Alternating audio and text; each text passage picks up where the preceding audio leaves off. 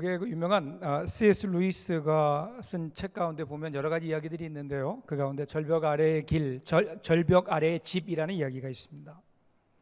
높은 절벽이 있고요. 절벽 아래에 집이 있습니다. 그리고 이런 질문을 던집니다. 절벽 위에서 집까지 가는 가장 빠른 길은 어디일까요? 이 집은 절벽 아래에 있기 때문에 가장 빠른 길은 물론 거기서 뛰어내리면 됩니다. 뛰어내리면 가장 빠르게 가기는 가겠지만 아마도 생명을 보장하지는 못할 겁니다. 그래서 이 집을 가려고 하면은요, 산등성이를 돌아서 가야 돼요. 눈앞에 빤히 보이지만 갈 수 없는 길입니다. 그래서 산등성이를 돌아서 갑니다.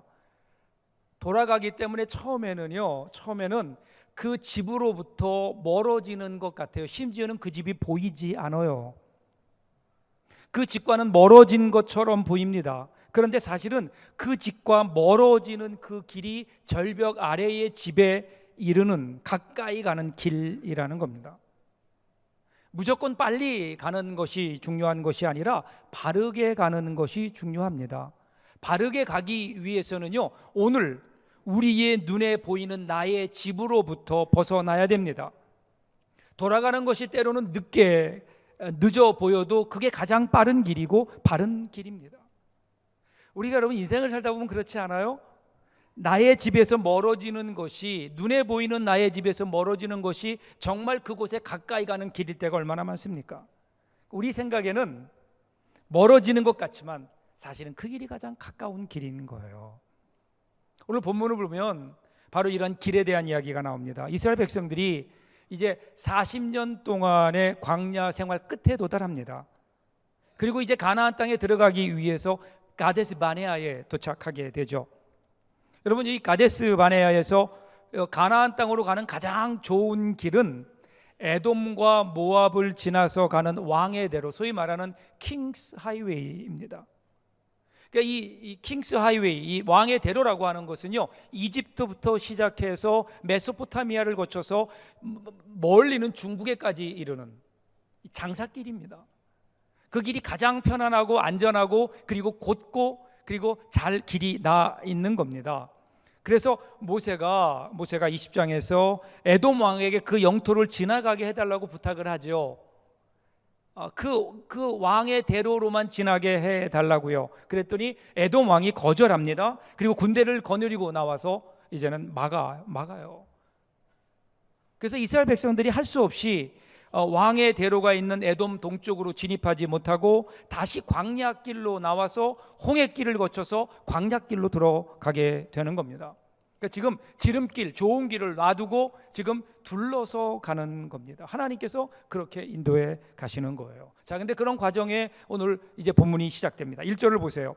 네겝에 거주하는 가나안 사람 곧 아랏의 왕이 이스라엘이 아다림 길로 온다함을 듣고 이스라엘을 쳐서 그중 몇 사람을 사로잡은지라. 이 아랏이라고 하는 이곳은요, 브엘세바 동북 쪽에 있는 성읍입니다. 이 도시국가예요. 근데 그들이 이스라엘 족속이 가까이 오니까 그것의 위협을 느꼈던지 선제 공격을 해 온 거예요. 그래서 이스라엘 그 사람들 몇 사람을 포로로 잡아갑니다. 그러니까 이스라엘로서는 예상치 못했던 선제 공격을 당한 겁니다. 자, 이제 어떻게 해야 되나요? 더군다나 이곳은 이스라엘이 과거에 그 패배의 쓰라린 경험을 했던 곳입니다. 민수기 14장을 보면은요, 38년 전에 이스라엘 백성들이 이곳에 왔습니다. 가나안 땅에 들어가려고 이 가데스 바네아에 왔어요. 그곳에 와서 뭐를 했지요? 12명의 정탐꾼을 가나안 땅에 보냅니다. 그들이 12명이 돌아와서 그 중에 10명이 뭐라고 얘기합니까? 부정적인 보고를 하잖아요. 가나안의 성읍들은 견고할 뿐 아니라 거기 있는 사람들은 거인 족속이라, 우리를 거기에 비하면 우리는 메뚜기 같습니다. 그렇게 얘기하는 거. 우리말로 표현하면 고목나무에 붙은 매미 같습니다. 이렇게 얘기한 겁니다. 우리가 들어갔다가는 다 죽습니다. 이 보고를 들은 이스라엘 사람들이 아우성치고 원망하면서 우리를 죽이려고, 가나안 땅에서 죽이려고 여기까지 애굽에서 우리를 데리고 나왔느냐 이러면서 원망합니다. 하나님을 향하여 반역하려고 합니다. 하나님께서는 이런 이스라엘 백성들을 보시고 진노하시죠. 그래서 그들에게 진노하신 하나님께서 너희는 가나안 땅에 들어가지 못하고 앞으로 광야에서 40년 동안 방황하다가 다 죽을 거다. 여호수아와 갈렙을 제외하고는 너희들 다 죽을 것이다. 그러니까 그제서야 이스라엘 사람들이 정신을 차린 거예요. 뒤늦게 후회하면서 하나님 잘못했습니다. 이제라도 하나님 말씀에 순종해서 가나안 땅에 들어가겠습니다. 그랬더니 하나님께서 늦었다 이렇게 말씀하셨어요. 내가 이제 더 이상 너희와 함께하지 않는다. 그런데 이스라엘 백성들은 그래도 아닙니다. 그래도 올라가겠습니다. 우리가 올라가면 하나님이 도와주시겠지. 뭐 이런 배짱이 있었는지 몰라도 그들이 가나안 땅을 들어갑니다. 들어갔다가 어떻게 돼요? 박살납니다. 패하고 쫓겨서 어디까지 오는가 하면 호르마라고 하는 곳까지 쫓겨온 거예요. 그리고 지금 이스라엘 백성들이 다시 그곳에 와 있는 거예요. 아주 공교롭게도. 2절 3절 보세요. 이스라엘이 여호와께 서원하여 이르되 주께서 만일 이 백성을 내 손에 넘기시면 내가 그들의 성읍을 다 멸하리이다. 여호와께서 이스라엘의 목소리를 들으시고 가나안 사람을 그들의 손에 넘기심에 그들과 그들의 성읍을 다 멸하니라. 그러므로 그곳 이름을 호르마라 하였더라. 같은 호르마에 와 있는 거예요. 자, 이제 그런데 이번에는 조금 달랐어요. 그때는 자기들의 욕심을 따라 하나님의 뜻과는 상관없이 자기들의 욕심과 판단을 따라 행동했는데 이번에는 달랐습니다. 먼저 여호와께 나옵니다. 하나님께 나옵니다. 그리고 하나님께 서원해요. 하나님께서 승리를 보장해 주시면 마치 우리가 하나님 앞에 희생 제물을 드리듯이 그 성읍에 있는 모든 것을 하나님께 다 드리겠습니다. 하나님께 영광 돌리겠습니다. 이겁니다. 그러니까 하나님 앞에 먼저 나온 거예요. 하나님 앞에 나와 기도하면서 하나님의 뜻을 물었어요. 하나님의 허락하심을 구했던 겁니다. 이제는 좀 달라졌죠. 이 전쟁의 성패를 누가 쥐고 있는지를 아는 거예요. 그리고 하나님의 허락이 있을 때에 나가서 싸워요. 그래서 완전히 그들을 이겨버리는 겁니다. 그러니까 이스라엘 백성들에게는 뜻깊은 승리입니다. 이 승리로 과거에 있었던 패배의 아픔을 다 씻어낼 수 있었고 회복할 수 있었어요. 무엇이 이들로 승리하게 했을까요? 여러분, 첫 번째 호르마와 지금 두 번째 호르마는 무엇이 달랐나요? 단 하나입니다. 그들은 먼저 하나님께 나와서 하나님의 뜻을 물었던 거예요. 하나님께 나와서 어떻게 해야 되는지, 하나님 이 문제를 어떻게 해결할까요? 하나님 앞에 내어놓고 하나님 앞에 먼저 하나님의 뜻을 물었던 겁니다. 여러분, 우리 신앙을 보면요, 둘 중에 하나예요. 다 기도는 해요. 여러분, 기도를 안 하는 성도는 없어요. 기도를 하는데 언제 하느냐요? 언제? 사건 터지기 전에 하느냐? 아니면 사건 터진 다음에 하느냐? 둘 중에 하나예요. 사고가 난 다음에 기도하든지 아니면 먼저 기도하든지. 그래서 우리 신앙은요, 두 가지가 있다 그래요. 하나는 정비형 신앙이 있고 그 다음에 수리형 신앙이 있다. 정비 신앙 여러분 아시죠? 닦고 조이고 기름치자. 평소에, 그러니까 문제가 생기기 전에 미리미리 기도해요. 하나님의 은혜를 구해요. 하나님의 뜻을 물어요. 미리미리 준비합니다. 정비 신앙입니다. 그러면요, 어떤 일이 일어나나요? 문제가 와요. 어떤 여러 가지 일들이 우리에게 일어나요. 그런데 그때 그것을 해결할 수 있는 능력과 지혜와 용기가 있는 거예요. 문제가 있지만, 고난이 오지만 그것을 쉽게 이겨낼 수 있는 힘이 있는 거예요. 이게 뭐예요? 이게 정비 신앙이에요. 반면에 수리형 신앙은 어떤가요? 평소에 기도 안 해요. 그러다가 어려움이 닥치면 기도해요. 문제가 생겨야만 기도합니다. 그러니까 문제가 끊이질 않아요. 문제가 끊이질 않아요. 이런 신앙은요, 잘해야 본전입니다. 그러죠. 문제가 생기면 힘들어요. 어려워요. 하나님 이 문제 해결해 주세요. 자, 문제 해결했습니다. 그러면 뭐예요? 본전이에요. 여러분 어떻게 살고 있습니까? 여러분의 신앙은 정비형 신앙입니까? 아니면 수리형 신앙입니까? 먼저 기도하세요. 먼저 준비하세요. 시간 날 때마다 새벽에 나와서 기도하세요. 하나님 앞에 나와서 미리 기도하면서 하나님의 뜻을 물으세요. 그래야 우리 신앙이 더 성숙해지지 않을까요? 더 하나님 가까이 갈 수 있지 않을까요? 여러분들에게 이 은혜가 있기를 바랍니다. 자, 이렇게 하나님의 은혜 가운데 거했을 때 그들은 승리할 수 있었습니다. 자, 그런데 그 다음을 보면은요, 이 하나님의 은혜 가운데 거했다가 그 다음에는 또 어떻게 금방 그 하나님의 은혜를 또 잊어버려요. 우리랑 비슷해요. 자, 에돔 왕이 길을 막았거든요. 막으니까 이제 그 좋은 길 놔두고 그 불편한 길로 돌아가는 거예요. 그러니까 길이 험하잖아요. 길이 멀잖아요. 여러분, 좋은 길을 안 봤으면 모를까, 좋은 길, 가까운 길이 있는데 거기를 가지 못하고 돌아가니 얼마나 억울하겠냐고요. 속이 상하죠. 그래서 4절을 보시면 백성이 호르산에서 출발하여 홍해길을 따라 에돔 땅을 우회하려 하였다가 길로 말미암아 백성의 마음이 상하니라, 이렇게 나와요. 험한 길을 가니까 마음이 상한 거예요. 마음이 상했다, 이 말은요, 마음이 짧아졌다, 좁아졌다, 안목이 좁아졌다, 그런 거예요. 마음이 상하니까, 속상하니까 안목이 좁아져요. 그러니까 좁아지니까 보는 게 한정되는 거예요. 하나님의 원대하신 뜻과 하나님의 인도하심이 안 보여요. 좁아지니까 내 앞에 있는 것만 보여. 내 앞에 문제와 고통만 보게 되는 거예요. 그러니까 그것 붙들고 고통 붙들고 씨름하다가 어떻게 해요? 그냥 쓰러져 버리는 거예요. 우리가 살다 보면 이런 일이 있어요.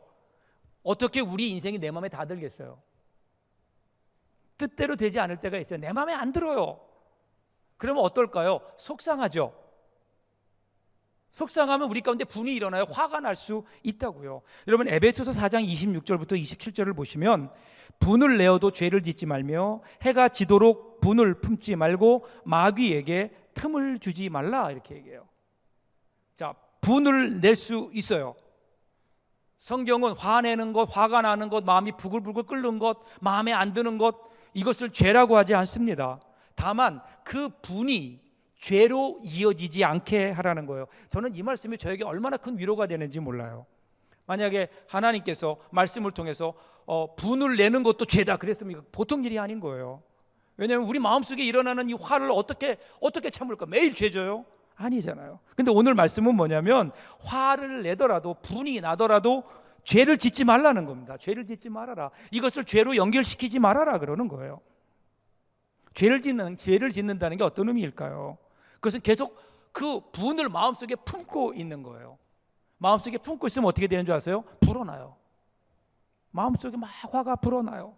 그러다가 어느 순간 어떻게 돼요? 뻥 터져요.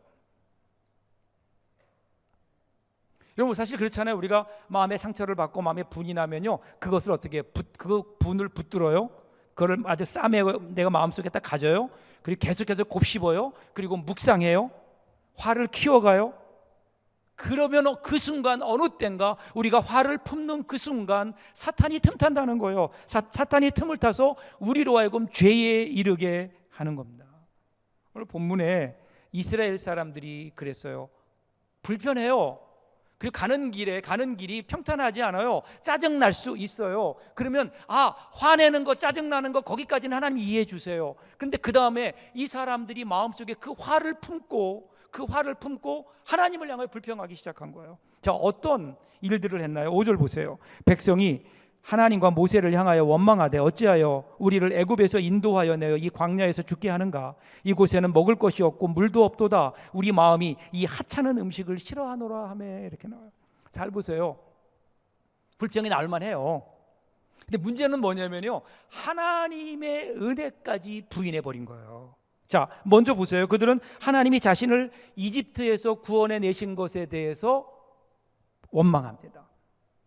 우리를 여기서 죽게 하려고 여기까지 끌고 왔느냐라는 거예요. 자, 여러분 가만히 보세요.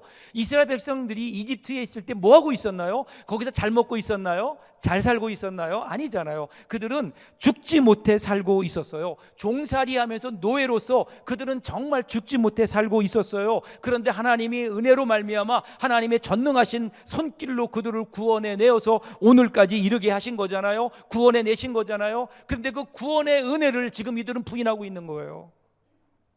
그뿐이 아니에요. 그 다음에 구원해 내신 하나님께서 그들을 인도하셨잖아요. 광야에서 인도하셨잖아요. 거친 광야 생활을 했지만 성경을 보면은요, 하나님께서 그들의 신발과 의복이 헤어지지 않고 발이 부르트게 하지 않았다라는 거예요. 물이 없으면 하나님께서 생수를 내셨고요, 그들이 배가 고프다고 할 때는 만나를 내려주셨고요, 하나님 우리가 단백질이 부족합니다 그러면 메추라기를 보내서라도 그들의 단백질을 공급하게 하셨습니다. 모든 것이 하나님의 은혜였잖아요. 근데 지금 그 하나님의 은혜를 철저하게 부인해 버리는 거예요. 자, 그 대표적인 게 뭔가요? 만나. 하나님이 주신 이 귀한 은혜의 상징인 만나를 가리켜서 뭐라고 얘기합니까? 히브리어로 보면요, 하클로켈이라는 거예요. 번역하면 무가치한 것, 하잘 것 없는 것. 그러니까 지금까지 하나님의 은혜를 하잘 것 없는 것, 쓸데없는 거라고, 아주 무익한 것이라고 비하시킨 거예요. 하나님의 은혜를 부인했어요. 지금 일어난 상황에 대한 불만이 아니에요. 좀 더 본질적으로 들어갔어요. 그리고 하나님의 은혜를 부인해 버리는 겁니다. 자, 그랬더니 어떤 일이 일어났나요? 6절 보세요. 여호와께서 불뱀들을 백성 중에 보내어 백성을 물게 하심으로 이스라엘 백성 중에 죽은 자가 많으니라. 불뱀을 보내서 물게 하셨다. 여기 우리 표현은요, 하나님이 화가 나셔서 불뱀을 보내서 물게 했다 이렇게 되는데, 원래의 의미를 보면요, 여기서 보내어라는 말은 놓아주다, 풀어주다라는 뜻이에요. 그러니까 지금까지는 뭐예요? 하나님이 잡고 계신 거예요. 근데 그걸 풀어준 거예요. 즉 하나님의 보호의 손길을 거두어 버리신 겁니다. 여러분, 지금까지 이스라엘 백성들이 여기까지 온 거는요, 하나님의 은혜의 울타리 안에 있었기 때문에 그래요. 하나님의 은혜의 손길 가운데 있었기 때문에 그래요. 여러분, 광야에 보면요, 그 강한 독을 가진 뱀들이나 아니면 전갈이나 곤충들이 얼마나 많은데요. 그런데 그것들로부터 하나님께서 지켜주셨다는 거예요. 은혜의 울타리, 보호의 울타리를 치셔서 지금까지 인도해 오신 거예요. 그런데 이제는 이스라엘 백성들이 그 하나님의 은혜를 부인하니까 하나님이, 그래? 너 은혜 없으면 어떻게 되는 줄 알아? 하고 은혜의 울타리를 걷어버리신 거라고요. 그냥 하나님의 은혜의 울타리를 걷어버리시니까 어떻게 돼요? 지금까지 그들이 누렸던 평안과 그리고 안전은 싹 없어지고요, 거기에 죽음이 찾아온 거예요. 불뱀들이 들어오기 시작하는 거예요. 독충들이 우글거리기 시작하는 거라고요. 여러분, 은혜를 잃어버린 사람들에게 나타나는 현상이 뭔지 아세요? 당연함이에요. 당연함. 우리가 살아가면서 당연하다라는 말을 우리가 많이 쓰고요, 우리 가운데 당연하다는 듯이 살아요. 내가 누리고 있는 것을 당연한 거라고 생각합니다. 여러분, 그렇지 않나요? 부모에게 자녀가 말을 잘 듣는 것은 당연한 일이라고 생각합니다. 자녀들 입장에서는 부모가 자식을 위해 헌신하는 것 당연한 거라고 생각합니다. 아내 입장에서는 남편이 가족을 부양하기 위해 나가서 열심히 일하는 것 당연한 거라고 생각하고요, 남편 입장에서는 아내가 집안일을 하면서 자녀들을 잘 돌보는 것이 너무나 당연한 일이라고 생각합니다. 더 나아가서 아프지 않고 건강한 것, 그것이 당연한 것이라고 생각합니다. 그러면서 우리 삶이 내 마음대로 내 뜻대로 내가 오늘 누리고 있는 모든 것들이 당연한 거라고 여기며 살아갑니다. 그런데 여러분, 우리 삶에서 이렇게 당연하다는 당연함이 늘어날수록 우리의 삶이 점점 각박해져요. 피폐해져 가요. 왜 그럴까요? 여러분, 삶에서 당연함이 늘어갈수록 감사함은 줄어들어요. 그 당연함은 또 더 큰 당연함을 요구하게 되잖아요. 그러다 보면 결국 어떻게 되나요? 삶의 감사는 없어지고요, 우리 삶이 점점 메마르게 되는 거예요. 그런데 한번 여러분 향하여 솔직하게 물어보세요. 오늘 내가 누리고 있는 이것이, 오늘 내가 살아가는 나의 삶의 모든 조건들이 정말 나는 당연한 것인가? 지난주에 제가 이 말씀 묵상하면서 제 자신을 좀 돌아봤어요. 과연 오늘 내가 누리고 있는 것들은 당연한가? 저를 향해서 질문을 던져보았습니다. 지금 내가 누리고 있는 것들은 정말 당연한 것일까? 혹시 이스라엘 사람들처럼 광야에서 구름기둥과 불기둥으로 인도하시고 만나를 주셨던 그 은혜를 당연한 것으로 여기고 있지는 않은가? 지금 내가 살아가고 있는 것들에 대한 감사함이 나에게 있는가? 과연 내가 아침이 되면 눈을 뜨고 호흡한다는 이 사실이 정말 당연한 걸까? 내가 목사가 되고 서북교회에서 목회하는 것, 이것도 정말 내가 당연히 누려야 될 것 중에 하나인가? 내가 두 아이의 아빠가 되고 한 아내의 남편이 되는 것, 과연 이것은 당연한 건가? 생각해보면 생각해볼수록 절대로 당연한 게 아니에요. 당연한 게 아니에요. 하나님의 은혜였어요. 하나님이 나에게 베풀어 주신 은혜의 보호막이었다고요. 그 은혜의 보호막 안에 살다 보니까 나도 모르게 그 은혜가 당연한 것으로 여겨지게 되고, 그 은혜에 대한 감사함을 잃어버린 채 더 큰 당연함을 요구해 온 것은 아닌가? 당연한 거 없어요. 여러분, 이 세상에는요 당연한 거 없어요. 하나님의 은혜입니다. 자, 보세요. 하나님이 은혜의 울타리를 거두시니까 불뱀이 오잖아요. 불뱀이 와서 물어요. 죽어갑니다. 그러면서 그들은 그제서야 깨닫는 거예요. 여러분, 우리가 당연하다고 생각했던 것들이 어느 순간 하나님의 은혜의 울타리가 거두어지면서 그것들이 우리에게서 사라져갈 때, 그때 비로소 우리는 그것이 하나님의 은혜였구나, 내가 당연하다고 누렸던 그것이 하나님이 나에게 주신 은혜였구나라는 것을 깨닫게 되는 거죠. 이스라엘 백성들이 그제서야 깨달아요. 모세에게 와서 살려달라고 간청합니다. 하나님 은혜 하나님이시잖아요. 하나님이 다시 은혜의 문을 여세요. 8절 9절입니다. 여호와께서 모세에게 이르시되 불뱀을 만들어 장대 위에 매달아라. 물린 자마다 그것을 보면 살리라. 모세가 놋뱀을 만들어 장대 위에 다니 뱀에게 물린 자가 놋뱀을 쳐다본 즉 모두 살더라. 하나님 은혜의 문을 여셨는데 은혜의 문이 뭔지 아세요? 좀 이상해요.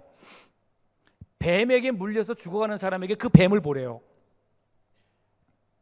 불뱀으로 인해서 백성들이 고통받고 그 백성들을 치유하기로 결정하셨으면 불뱀부터 사라지게 해야지 당연한 순서일 텐데, 하나님은 불뱀을 그대로 두세요. 여전히 불뱀은 계속 와서 물어요.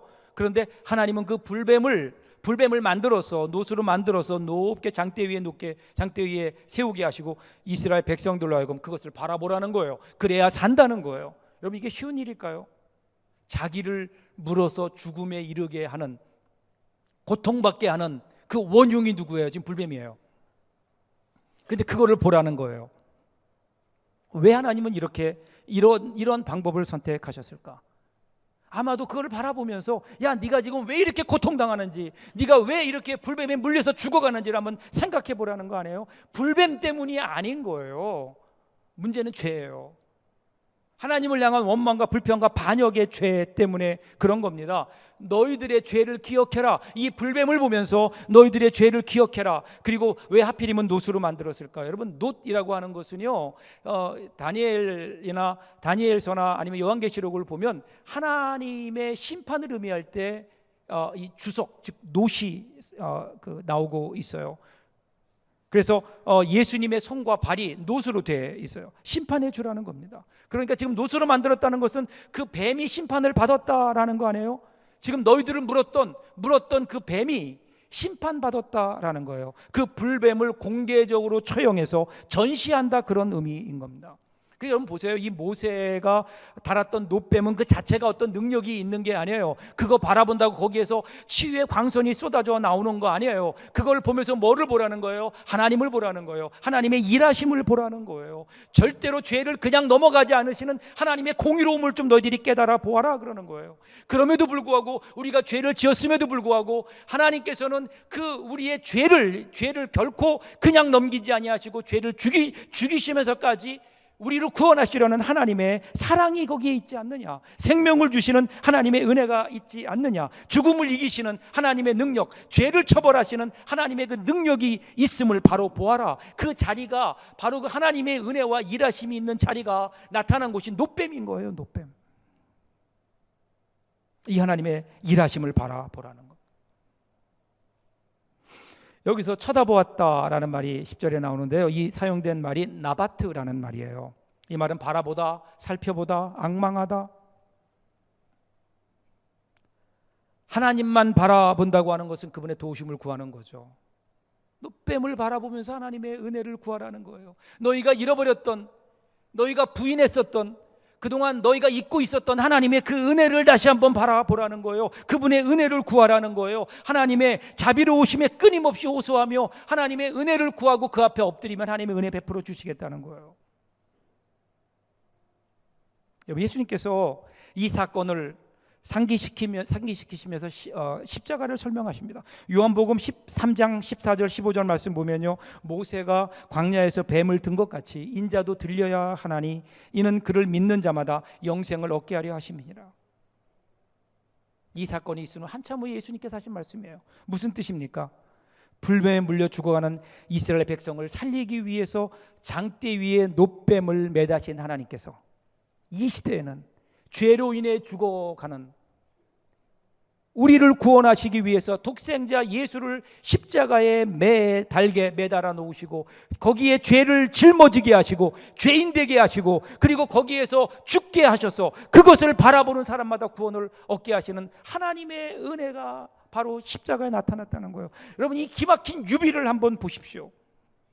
뱀에 물린 백성을 위해 뱀의 장대를 매다시던 하나님이 죄를 범한 인류를 위해 독생자 예수를 십자가라는 장대에 달리시게 하고 이제 바라보라고 하는 겁니다. 바라보라고 하는 겁니다. 여러분, 여기서 그 유명한 요한복음 3장 16절이 나오지 않아요? 하나님이 세상을 이처럼 사랑하사 독생자를 주셨으니 이는 그를 믿는 자마다 멸망하지 않고 영생을 얻게 하려 하십니다.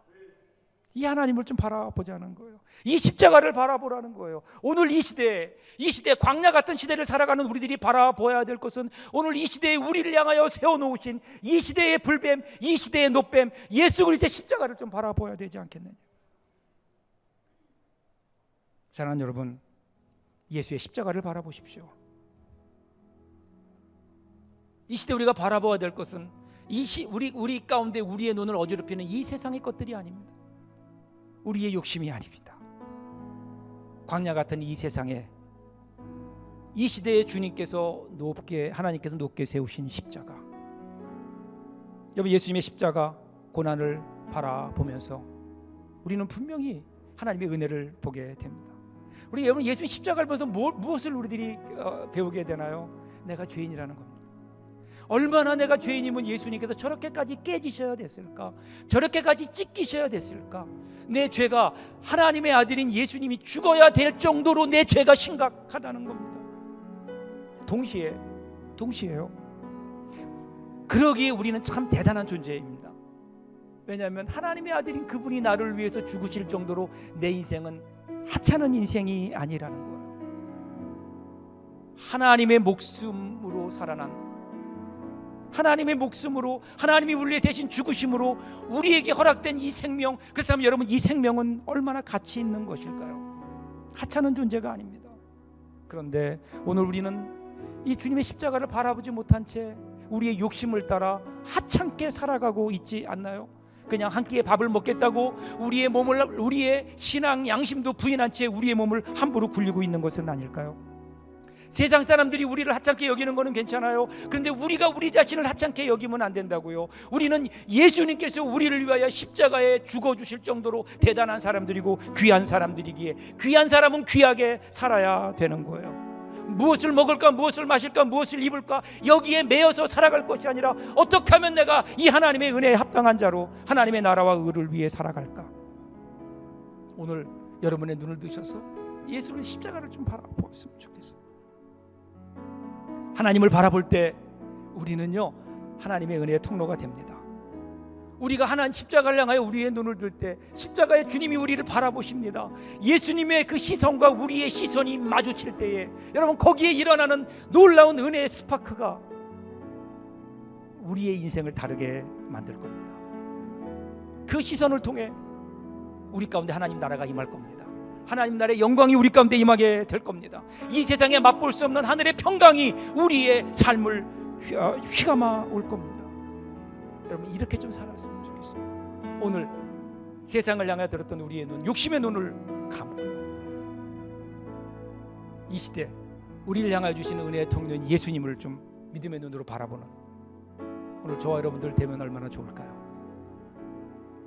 기도하겠습니다.